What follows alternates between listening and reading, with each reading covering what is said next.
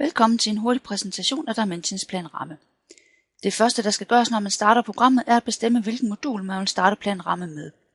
Til planramme kan man få moduler til beregning af udnyttelsen for beton, træ, stål og stålsamlinger. Når man åbner programmet, er der en tegneflade, hvor konstruktionen optegnes. Det gøres hurtigt og nemt ved hjælp af musen. Hold musen nede, når man tegner de enkelte stænger, og knuderne kommer automatisk på. Når man har tegnet konstruktionen, er det nemt og hurtigt at sætte understøtning på ved at markere de knuder, man skal have understøtningen i, ved understøtning og ved understøtningsforholdene.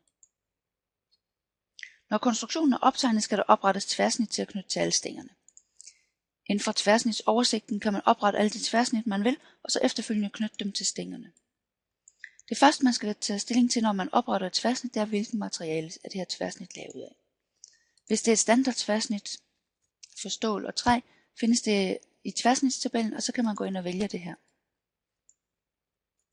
Man går ind og vælger, hvad det er for en profiltype, man vil have, og hvad for en størrelse. Når man så har valgt eller oprettet sin tværsnit, så kan det knyttes til stængerne. Her vil jeg benytte det samme tværsnit på alle stængerne, så jeg markerer stængerne og vælger tværsnit, og vælger, hvilken tværsnit jeg vil sætte på stængerne.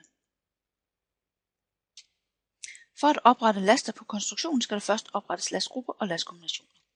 Lastgrupperne oprettes inden fra lastgruppeoversigten, hvor man kan oprette alle de lastgrupper, man skal bruge. Når man opretter lastgrupperne, kan man vælge, hvad er det for en lastart, man er ved at oprette, og man kan se, hvilken partialkoefficienter, der vil blive lagt på den her lastgruppe. Der er også mulighed for at gå ind og vælge brugerdefinerede partialkoefficienter, og så selv tage partialkoefficienterne ind. Når man har oprettet lastgrupperne, kan man oprette de lastkombinationer, man vil undersøge. Her vælger man, om det er en anvendelse, brud eller ulykskombination, man vil oprette. Der er forskellige lastkombinationer at vælge imellem for de forskellige typer. Når man har valgt, hvilken lastkombination man vil oprette, kan man tilføje de lastgrupper, man vil have med i kombinationen. Programmet sætter selv partialkoefficienterne på. Til sidst sætter man laster på de enkelte knuder eller stænger. Stangens data åbnes ved at dobbeltklikke på stangen, og under laster på stangen oprettes lasterne. Her kan man vælge, hvad det er for en last, om det er en linjelast eller en punktlast, og man kan vælge retningen for lasten.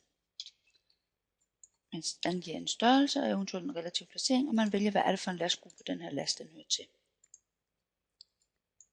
På den måde kan man oprette alle sine laster på konstruktionen.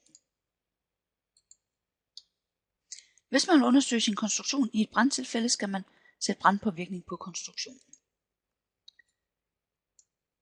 Der skal angives en brandtid og en eventuel isolering, der kan vælges ud fra den medfølgende isoleringstabel. Gå ind og sige, så kan man vælge, hvad er det for en producent, hvad er det for noget, og hvor tykt det er. Går man ned og tilknytter den valgte isolering til det element, som det skal være på.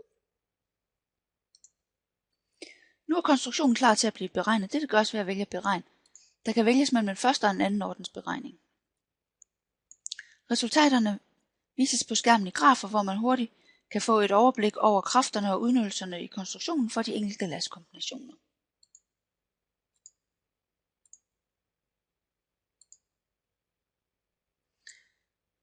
Resultaterne kan selvfølgelig også udskrives, og her vælger man nemt, hvad man vil have udskrevet fra udskriftsmenuen.